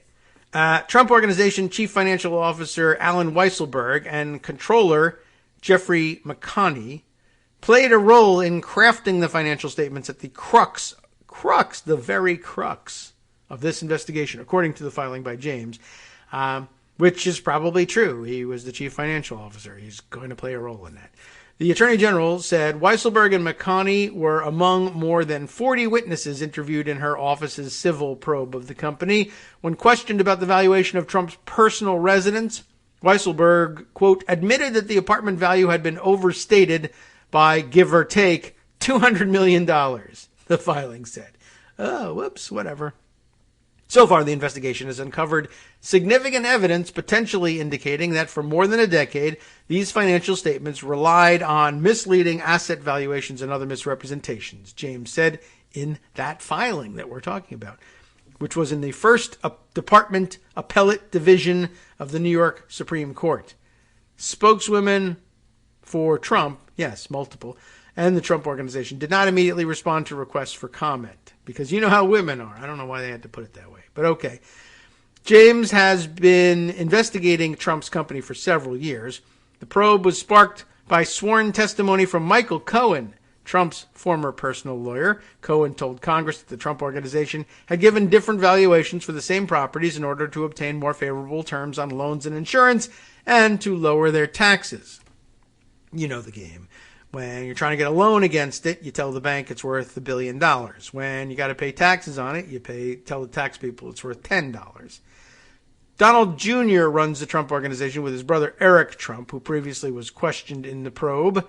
That's why I guess he's not among the people still being subpoenaed. He's already spoken. to the investigators. The filing notes that when Eric Trump and Weisselberg were separately deposed in the investigation, they each repeatedly invoked their Fifth Amendment privileges against self-incrimination, refusing to answer more than 500 questions apiece. But, Eric might not have been able to answer them anyway. Ivanka Trump previously served as a company executive, so I guess she'll be questioned too, or at least they're seeking to get her questioned. In Tuesday's filing, James said that Ivanka, from 2011 to 2013, held an option to buy the Trump Park Avenue penthouse where she lived for $8.5 million, even as the financial statements of the Trump Organization valued the same unit at nearly triple that price, up to $25 million. I don't know how much that really means. But anyway, it wouldn't be unusual to give a family member or an employee of the company the option to buy it at lower than market price. But again, it's sort of interesting that, if you're trying to figure out the value of the assets, if you're paying $8.5 million for it, but telling people it's worth $25 million, I don't know, but I guess if you could, all right, whatever. She's a separate issue. And in 2014, after Ivanka acquired an option to buy an even bigger apartment for $14.3 million, the ensuing year's statement lowered the larger apartment's value from $45 million, which it was its previously assigned value, to the option price that she actually had paid, the filing said. Interesting, too. James's office in February revealed that the Trump Organization's longtime accounting firm, Mazars, had fired the company as its client after saying that a decade's worth of financial statements about Donald Trump's financial condition, quote, should no longer be relied on. Weisselberg, the Trump Organization, and a subsidiary of the company last summer were all criminally charged in an indictment obtained by the Manhattan District Attorney, accusing them of a scheme that since 2005 had helped Weisselberg and other company executives avoid taxes on their compensation. The defendants have pleaded not guilty in that case. Now, the conclusion of our experiment. Did the key points offered at the top of the piece really capture what was key about it? Let's see. There's the New York Attorney General's probe of the Trump Organization uncovered significant evidence suggesting the company's financial statements for more than a decade relied on misleading valuations of its real estate assets. Those potentially inaccurate valuations were used to secure economic benefits, including loans, insurance, tax deductions on terms more favorable than the true facts warranted. And the filing was made in response to the Trump Organization and former President Trump's appeal of a judge's order that Trump and two of his adult children, Donald Jr. and Ivanka, had to submit to interviews under oath by investigators from James's office. Okay, well, they were all key points, but the more interesting stuff was down below. And it would have been repetitive had I read them both in the opposite order. But now it's only repetitive because I read them in the reverse order, you see. I think the lesson is, if you really want to discuss the meat of what's in there and critique the reporting, just skip the bullet points. Okay, but if you're pressed for time in the morning and you're trying to read over coffee or what have you, then by all means, the bullet points will do just fine. All right. Other stories to share with you, and there are many. Let's see. I want to see if there are a couple of things that we might have skipped over in the last couple of days. And I did finally find my New York Times piece about how the federal judge ruling in the Eastman proceedings did, in fact, conclude that most likely Trump committed crimes in the 2020 election, but we've gotten past that information as well. Let's see. Other things I was interested in possibly sharing with you, just how about for a different direction? I thought this was an interesting piece, and like I said, changing direction slightly. Lindsay Beierstein has published this piece in Dame Magazine, D-A-M-E, in case I've pronounced that funny in any way. And this is an interesting take on things we've discussed a number of times and uniting some themes. And in fact, her theme here is that there are some themes that need to be united. Anti-vaxxers and domestic terrorists are aligning. How so? Is this a subheader here that we should add to this? More and more anti-vax, quote, activists are identifying with so-called sovereign citizens. How do you like that? Whose anti-government ideologies are becoming increasingly extreme and dangerous. I didn't know that was where that was going to go originally. Not today, I didn't. Yesterday, when I put this in Pocket, I said, oh, this is interesting because of this, but I've since forgotten it. So I'm glad to have that reminder. How do you like this? Let me tell the story from her perspective this way, by reading it to you. It begins with a quote. "You are being put on notice," anti-vax activist Christopher Key thundered outside a Missouri pharmacy, adding, "And if they give one more vaccine as of this day after being put on notice, then they can be hung up and they can be executed." So he's very good with the syntax there. Key goes by the moniker the Vaccine Police. That's his moniker, apparently. Drives a custom-wrapped Ford Mustang. Oh, is it a Trump Mustang? Emblazoned with anti-vax iconography, and urges his followers to drink bleach and urine to cure COVID. Well, at least the urine will be sterilized by the bleach. Is you drinking it together? Is it a shot and a chaser? I'm not really sure. But, actual drinking bleach. Don't do that. I encourage you not to do that. By the way, YouTube, it's a terrible thing to do. We don't advocate that. It's an idiot by the name of Christopher Key who says that. And this is a story about how he's bad and you shouldn't listen to him. He has been traveling across the country confronting healthcare providers and public officials about vaccines, which he falsely characterizes as bioweapons. Key's ideology is an example of an alarming confluence between the anti-vaccination movement and the pseudo-legal doctrines of so-called sovereign citizens. They do crack me up, except for the fact that they are so dangerous. Counter-terrorism experts consistently rate so-called sovereign citizens as one of the gravest domestic terrorism threats, in no small part because they are prolific cop killers. Yes, all the cop killing that they keep trying to blame on Antifa or even MS-13. Remember them? I was prompted to think about them yesterday as we were talking to Joan, just generally speaking, about the various myths that Republicans have invented for themselves about who's doing all the crazy things they can't stand anymore. And I just said, whatever happened to MS-13 that they were trying to blame for everything? But I forget the exact context. Anyway, as the pandemic drags on, we are seeing alarming cross-pollination between sovereign citizens and anti-vaccine / anti-mandate activists. And I guess it's because, they're both ostensibly anti-government, so they occupy the same space. And then while you're standing, if you're willing to stand there and believe that vaccines are, the vaccine is bad for you and you shouldn't get it, and somebody hands you literature that says, I don't know how exactly you make the transition from. So do you think, I can't imagine this conversation happening at a bar or something, right? You both sitting there and this person is saying, I don't like the idea of getting vaccines. I haven't tested these things enough. I'm a little worried about that.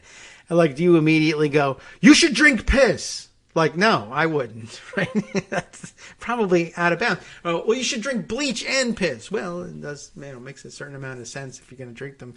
If you're worried about the urine being unclean somehow, the bleach should help. But I would think you have to work to that gradually, Oh, I'm also concerned about vaccines, and did you know? And then you could kind of work that in.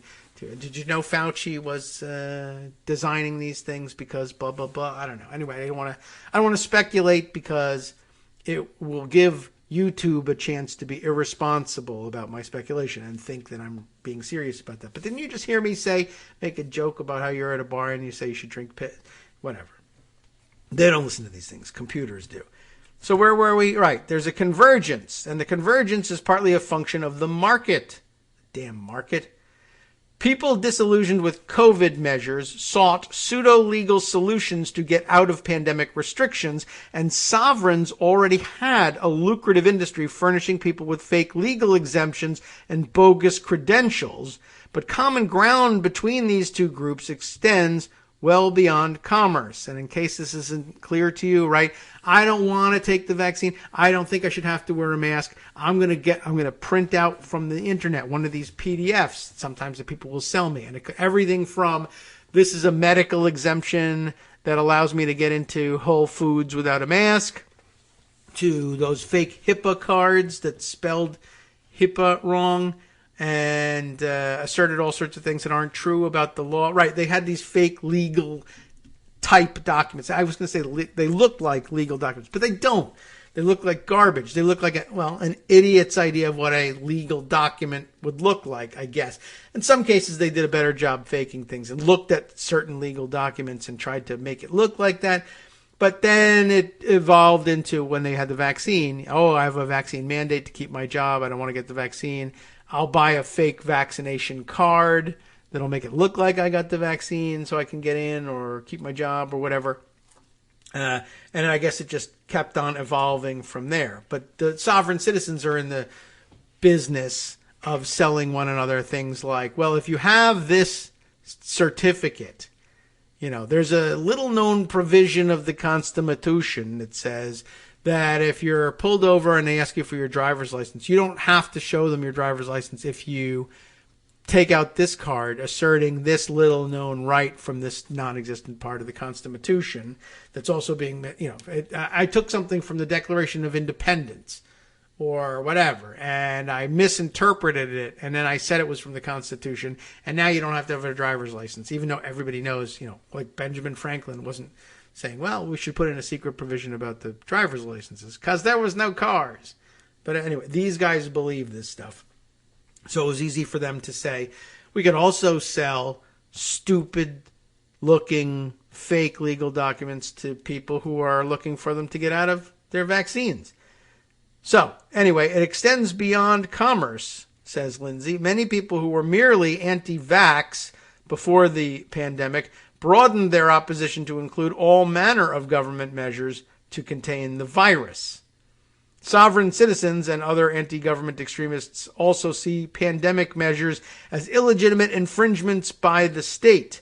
After the failure of the January 6th insurrection, many far-right organizers refocused their followers on the anti-vax cause. Sovereigns believe that they are above the law. The best way to describe their belief system is to say that they've elevated the concept of a cheat code to the level of a religious faith. That's a pretty good description, I'd say. They think they've found the one weird trick that gets them out of all their legal obligations, from paying their debts to following the speed limit to, at least in principle, lynching their political opponents. Sovereigns have been causing an outsized amount of mayhem for decades. They are responsible for billions of dollars in tax fraud, billions of dollars in frivolous liens on their enemies' properties, countless armed standoffs, large and small, conspiracies to kidnap and murder judges and police officers, and numerous murders. The sovereign's core belief that they are above the law emboldens them to rationalize anything, including violence. And again, I mean, this is an oversimplification of what they're doing, but if you ever ran into somebody that says, I don't know, they've done something you didn't like, or that's offensive, or, that's just plain rude. Like, excuse me, could you take off that gigantic top hat that you're wearing in the movie theater? I can't see the screen. And then they turn around and say, it's a free country, right? Like, well, it is, but, or that some other ornate version. Last time I checked, I was living in the United States of America. No. And I have the right to life, liberty, and the pursuit of happiness. And it makes me happy to wear this hat. And so therefore, the Constitution, you're asking me to do something that's unconstitutional. No, I'm not. What I meant was you're asking me is a violation of my constitutional rights. Well, that's also not true, but thank you for trying to clarify. And you're not quoting the Constitution here, and it doesn't have anything to do with wearing hats in theaters, that sort of thing. But it's elevated to, I just shot a guy. You're under arrest for shooting that guy. No, I'm not, because, as it turns out, like if you've ever really looked at the root of, sovereign citizen theory, and maybe she discusses it in here, they do things as weird as like, well, I can't be arrested for shooting that person because I'm not actually Bob Jones. Bob Jones is a legal fiction created by the state upon my birth. I am the natural person, Bob Jones, but you're looking for the corporate entity, Bob Jones. And then it's just like, well, now you're just crazy. You're just saying things that sound maybe legalistic because you learned how to pronounce the phrase corporate entity, but that doesn't make you a lawyer. You get the idea. They really are, some of them, well and truly crazy. But sometimes they just stick to dumb stuff like the Constitution, I heard, said I could print this document off of the internet and that would be sufficient. I'm pretty sure that was actually in the Constitution, even though there was no internet. Right, okay. So that's where we'll leave it here for the moment. But we'll come back after the break and continue with this because these guys are really kind of fascinating and I'd like to see where Lindsay brings this. Maybe we'll give her a chance to speak at this point. Hi, it's me, David Waldman, the same guy who was just talking to you a second ago. Our Patreon subscription drive is still going strong with over 175 monthly donors who help keep us on the air. If we've helped keep you going during the pandemic, why not return the favor and help us keep going so we can all be together for the next disaster? Patreon.com, Patreon.com, makes it easy to make secure, recurring monthly contributions to support our show. Patreon.com/KagroX gets you straight to our donation page. Maybe you'd like to thank us for keeping you sane during the Trump era. Maybe you're looking forward to in-depth explanations of what's going on in the Biden administration. Whatever it is that keeps you listening, we need your help to keep bringing it to you. And hey, if you happen to prefer using PayPal or even the Square Cash app, we're up and running with those options too. Thanks again, everyone, for all your support. We literally could not do this without you.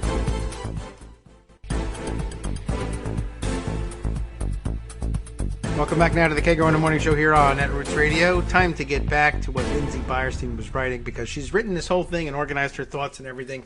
And here I am mansplaining the whole thing on top of her. I don't know. I like to comment on what's going on, but my intent was to get back to what Lindsay has put together here. So let's do that. Sovereign citizens have perpetrated many high-profile acts of domestic terrorism since the 1970s. Their refusal to follow the law leads to standoffs with the police, some of which end in the deaths of officers and or sovereigns. Terry Nichols, an accomplice of the Oklahoma City bombing of a federal building that accomplice to the Oklahoma City bombing, and you remember that it killed 168 people, was a self-proclaimed sovereign citizen. And who else could proclaim themselves a sovereign citizen? You have to do a self-proclamation. Scott Reeder, how does he pronounce it? Roeder, the anti-abortion extremist who assassinated Dr. George Tiller, once had a homemade license plate that read sovereign citizen. That's another of the things that they do apparently. And thought that occurred to me along the way here as I was reading this, their refusal to follow the law leads to standoffs with the police. And of course, it comes down to that because they believe that the police have no authority because that's convenient for them to believe. So they convince themselves that it's against a violation of the Constitution for the police to come to arrest me. The only person that can arrest me is the local elected sheriff himself. And maybe even then he can't, whatever excuse they have to make up.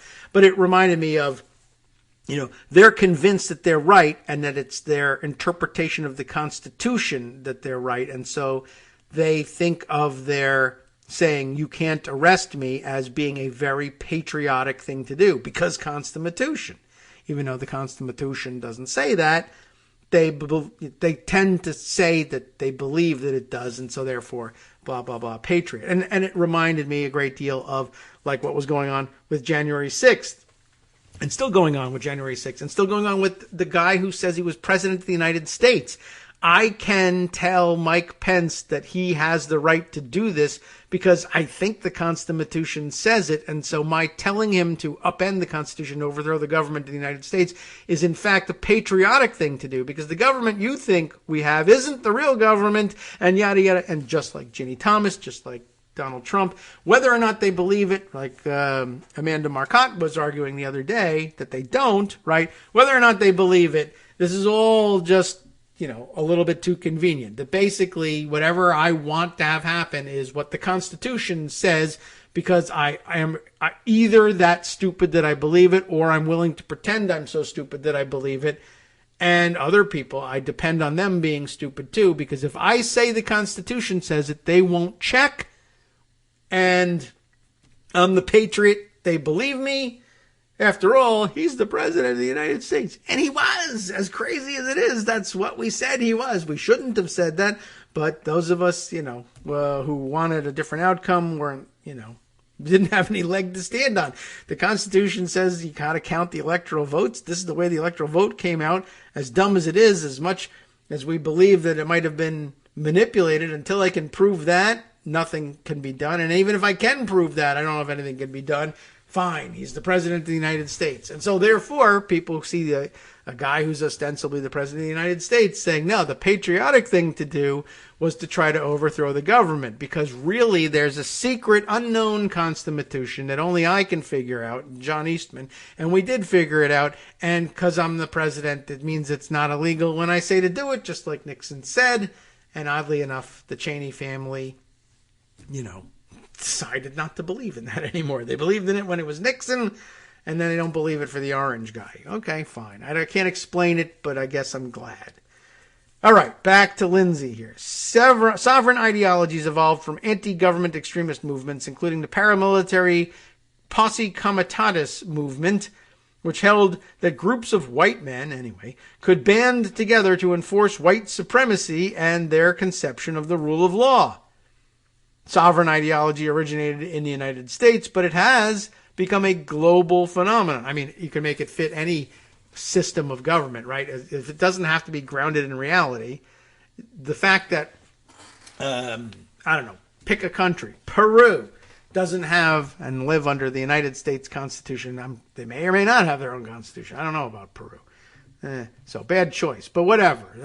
The fact that they don't have to abide by the American Constitution is no barrier if nothing's a barrier. Whatever you've got in Peru, hey, that's illegitimate too. And I say so because, I looked in there and it said that I didn't have to listen to it if my name was Jose. It does not say that, but I say it says that. And if I make it sound legalistic and put it on a piece of paper with maybe a crest and an eagle or something, people will say that could be a government document. I don't know. It sounds legit to me. I'd like to be able to do it regardless myself, so I'll join in.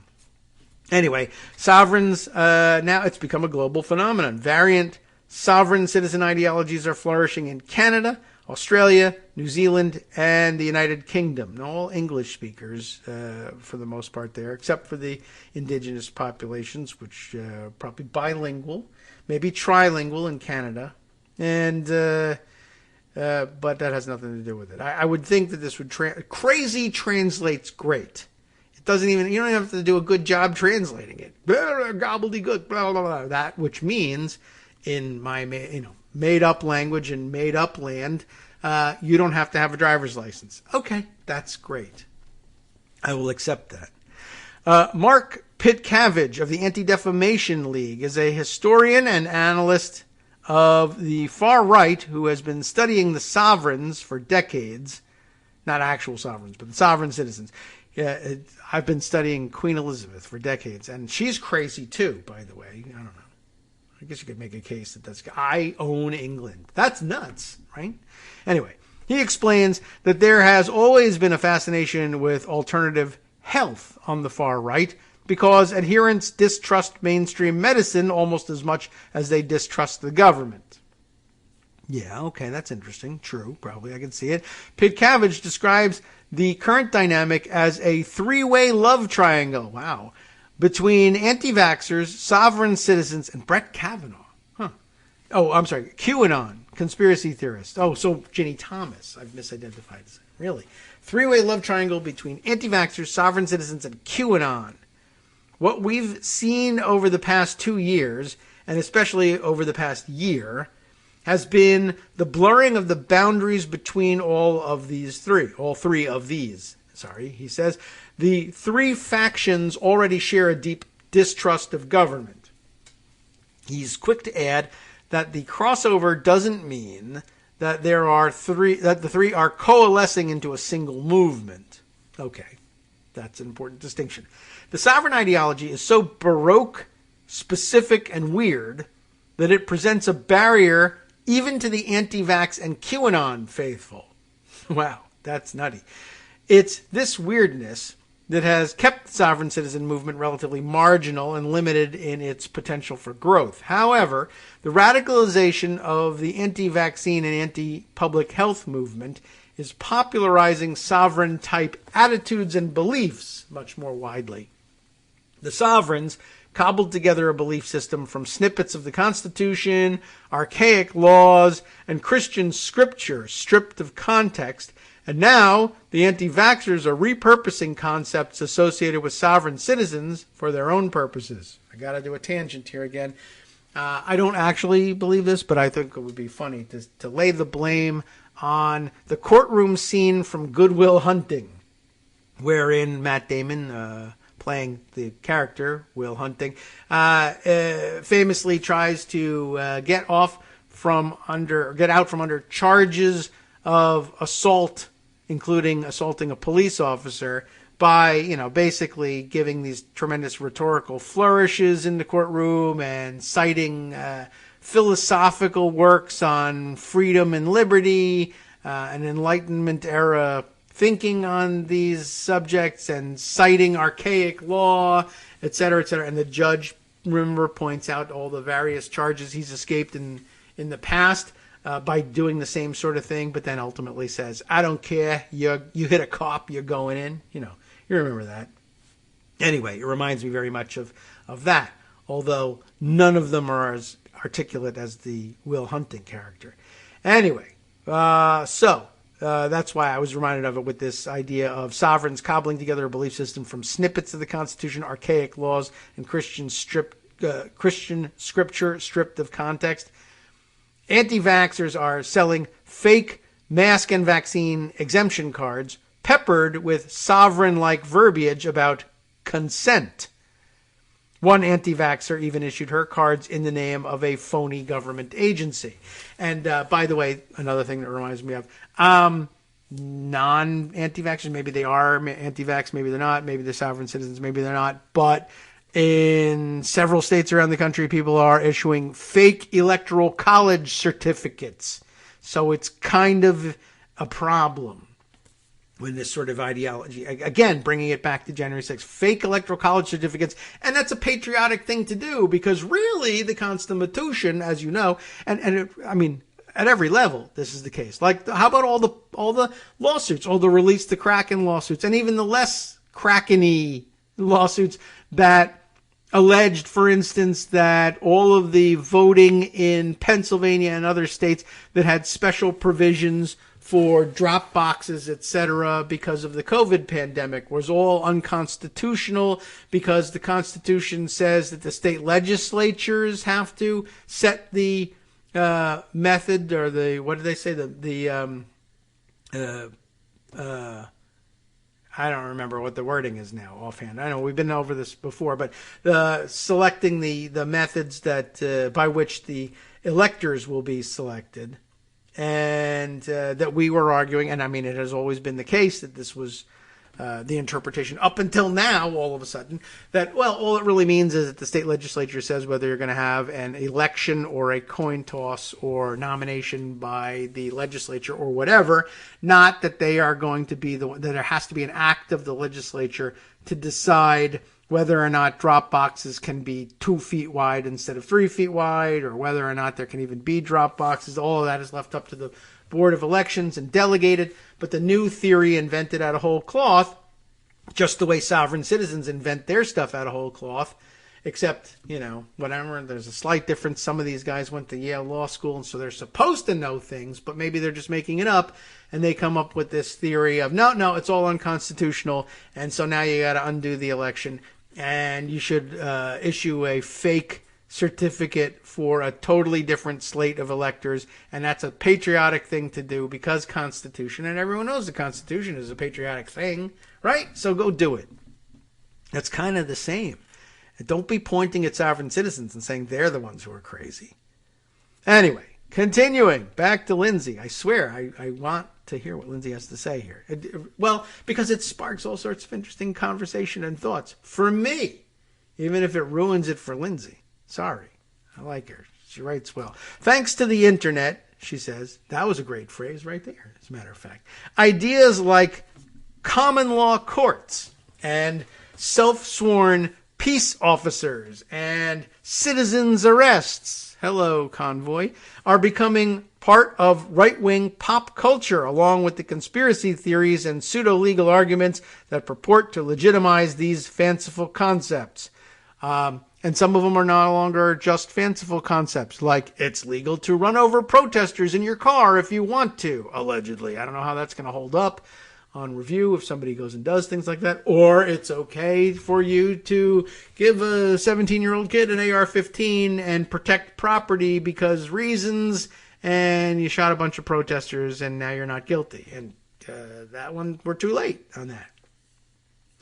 U.S. sovereigns believe they are above the law based on pseudo-legal and pseudo-historical arguments that paint the federal government as a fraudulent and tyrannical entity that secretly replaced the real government. This is where it really gets kooky. I love it. Many sovereigns, by which I mean I hate it, many sovereigns believe the turning point, ready for dramatic music, the turning point was the passage of the 14th Amendment. 14th Amendment comes up a lot lately, which defined birthright citizenship and thereby recognized formerly enslaved people as full citizens of the United States. Now, that's a good idea, right? But this is how they see it. The sovereigns see themselves as elite, who have divorced themselves from the pseudo-state by performing various bureaucratic rituals, and there's a link here if you want to find out more about them, like mailing their driver's licenses back to the DMV, which just leads the DMV to say, that's weird, this guy's going to be in trouble if he gets stopped and he doesn't have a license. But it doesn't trigger anything, but they believe that it will, that it's some magic formula that frees them from the fake state. They believe the rest of us have to follow laws because we contracted, quote unquote, contracted with the government by accepting benefits like Social Security, getting driver's licenses, and even using zip codes. This is why sovereigns are notorious for manufacturing their own bogus credentials, including license plates. One of the most famous quirks is spelling their names with eccentric capitalization and irrelevant punctuation to differentiate themselves between themselves as people versus the quote-unquote legal fiction that the government supposedly creates in everyone's name at birth. Remember, I brought that up, actually, so I'm glad she's gotten around to explaining it. I mean, I didn't do a good job with it, but isn't that something that's really like, okay, so, I mean, maybe they do have a weird point in a weird way.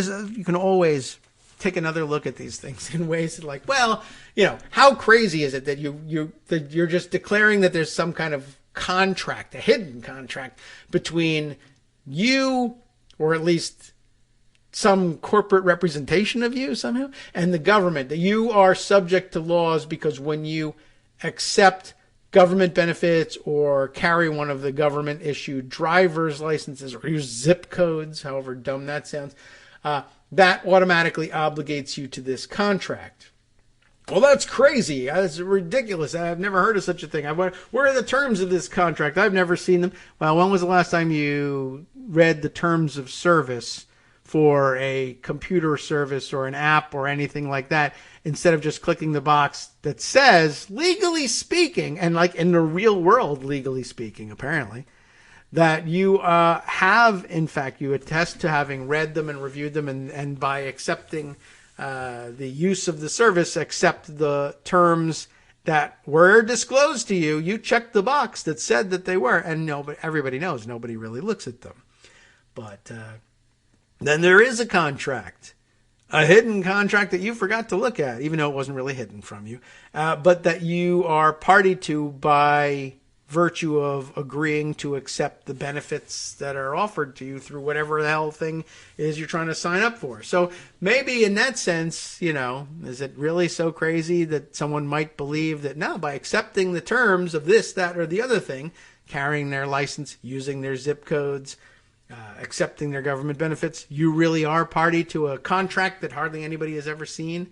Now, hardly anybody has ever seen it because it doesn't exist. But I made it up in my head, so, that should be enough. Well, that's the difference, I guess. They made it up in their head versus there really is. If you click through on terms of service, there really is some terms there. You just didn't want to look. Anyway, so where were we? Oh, right. They sometimes spell their names with eccentric capitalization and irrelevant punctuation to differentiate between themselves as people versus the legal fiction that the government supposedly creates in everyone's name at birth. Because why not? Sovereigns fear that they will be re-subjugated by the federal government if they produce a driver's license or even follow the instructions of a police officer at a traffic stop. That's pretty convenient.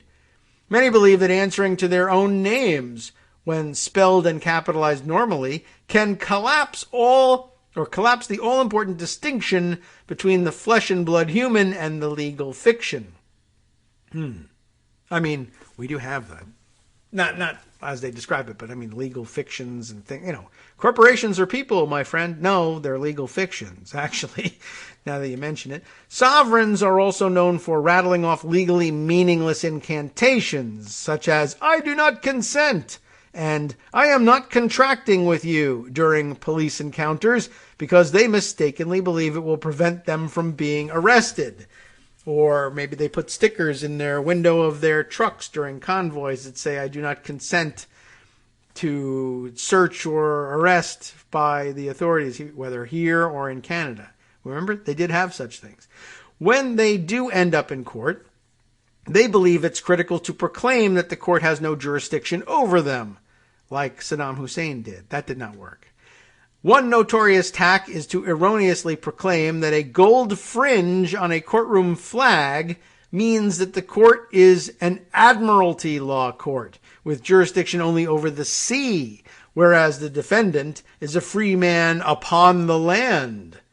Yeah, that's kooky. Riza Islam, later identified as one of the 12 most prolific anti-vaxxers on the internet, once tried to convince a judge that he should walk free because the fraud charges were against Riza Islam the fiction, not Riza Islam the man.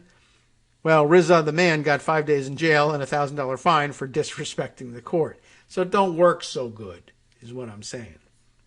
Even more troublingly, many sovereigns believe that they are entitled to use harassment and even violence against government officials, or anybody really, whose official actions contradict the sovereign's specious understanding of the law. Sovereigns are known to set up their own bogus courts and even their own fake law enforcement agencies to impose their will on others. Sovereign-linked common law courts have a long history of violence and intimidation against public officials. By the way, don't forget that there were people marching into the Capitol on January 6th saying that the common law courts had empowered them to arrest and possibly execute Nancy Pelosi and, many Chuck Schumer and anybody that they didn't like. In fact, in the view of many sovereign citizens, every judge who isn't, quote, following the Constitution is committing treason, punishable by hanging, of course. This isn't just an idle threat. Sovereigns have gone to prison for soliciting the murder of judges. Canadian conspiracy theorist and self-proclaimed Queen of Canada, remember her? Romana Didulo, has instructed her followers to shoot to kill healthcare providers who vaccinate children. In the United Kingdom, anti-vaxxers calling themselves common law constables, they have to have a different name for it, of course, in England, right? Have stormed healthcare facilities, falsely asserting the power to halt vaccinations by force. A self-proclaimed sovereign citizen in Ireland, who said he was a leprechaun, interesting, not really, but anyway, why not, was arrested for allegedly removing a COVID patient from the ICU, who later died. And of course, don't worry about it, I can't be prosecuted because Ireland, something, I don't know what. because magically delicious. Police in New Zealand were forced to issue a statement warning unruly anti-lockdown protesters that parroting sovereign citizen mantras like, I do not consent. I do not consent. I don't know how they would sound exactly, but wouldn't stop them from being arrested, mate. In December, anti-vax sovereigns twice set fire to Australia's old Parliament House, causing millions of dollars in damage. Christopher Key, back here in the U.S., the U.S. anti-vaxxer, describes himself as a, quote, free man on the land, unquote, which is not a, it's not even like echoing language that exists anywhere. Maybe it's in some sort of Enlightenment writing of some kind. But again, now we're back to, Goodwill Hunting. The fact that Enlightenment philosophers thought that certain things represented tyranny doesn't mean you get out of a court charge. But, okay. A free man on the land, I don't know where that comes from, who doesn't need a license to drive his Mustang, remember that? Because it's not a car, but a wagon with wagon wheels. What? This is apparently a common sovereign pseudo-argument. I think I read somewhere, maybe in one of Lindsay's tweets, that when they're stopped somewhere and asked to produce a license and they're going to be arrested for driving without a license, they say, I'm not driving, I'm traveling. And, of course, my right to free travel in the United States is guaranteed by the Constitution. Yeah, but they didn't mean that you could just drive a car all over the place. There were no cars. Whatever. Anyway, he got his start selling bogus sports supplements made of deer antlers. Okay. Since COVID, he has reinvented himself as a flamboyant anti-vaccine crusader.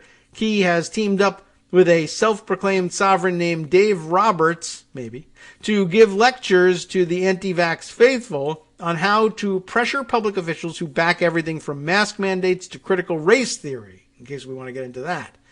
Roberts falsely asserts, as do many sovereigns, that it's possible to remove public officials from office by complaining to the company that issued their surety bond. Remember this? A public official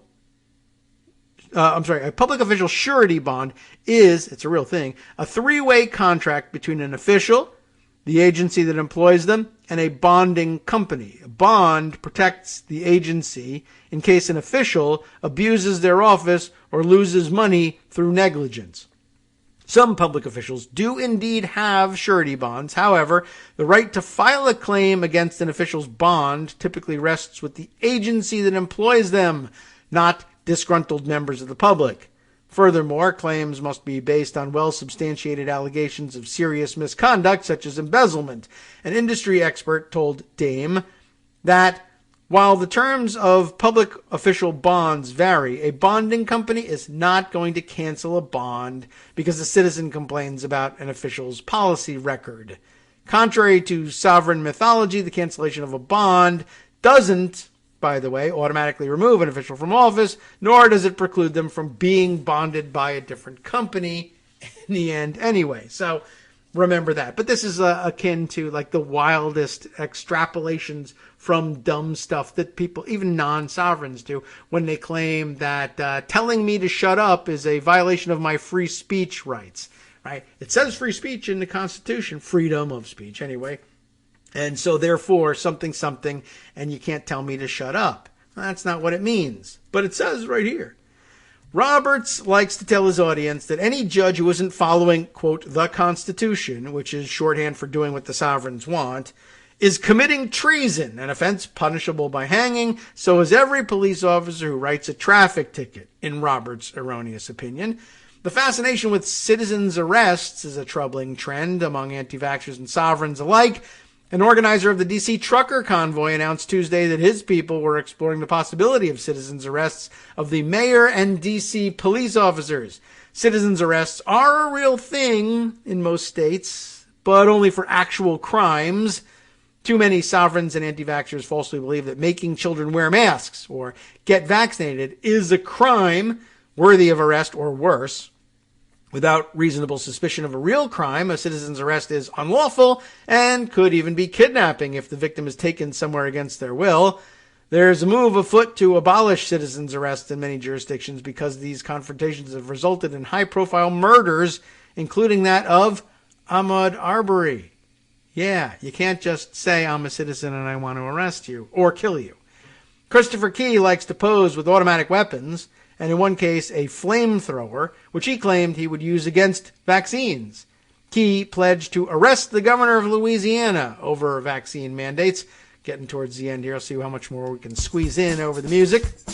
The phenomenon is not restricted to the United States. A Canadian karate instructor, I didn't even know there was such a thing as Canadian karate, and his anti-vax followers tried to execute a quasi-symbolic citizen's arrest on the mayor of St. Catharines, Ontario, which their leader claimed could culminate in a common law trial if enough people showed up to demand one.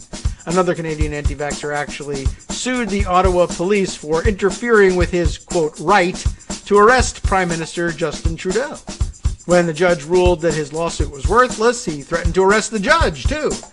A prominent anti-vaxxer was arrested as he tried to force his way into New Zealand's parliament to arrest the country's health minister for vaccine-related murder. The pandemic has been an opportunity for ideology and tactics long associated with sovereign citizens to influence less extreme right-wing movements. Now that mandates have largely been rolled back across the country, it remains to be seen how the anti-vaxxers will respond. Will they declare victory and go home? If the U.S. trucker convoys are any indication, the movement will metamorphose into ever more general opposition to the government and the rule of law, which would open the door for even more cross-pollination with the sovereigns. Made it to the end, but update, of course, they did in fact give up and go home, or at least some portion of them are saying they're going to do that with the trucker convoys. But they'll probably be back, as will Justice Putnam after this. NetworksRadio.com. You have been listening to Kagro in the Morning with David Waldman. Right, stay tuned for the Sovereign program, the West Coast Cookbook and Speakeasy with Justice Putnam. He's his own Justice of the Peace. Stay tuned for all of that. What will he be talking about? Well, of course, the 7-hour-long telephone record gap suggesting willful and felonious omissions about January 6th, as if Trump could ever stay off the phone that long. My God.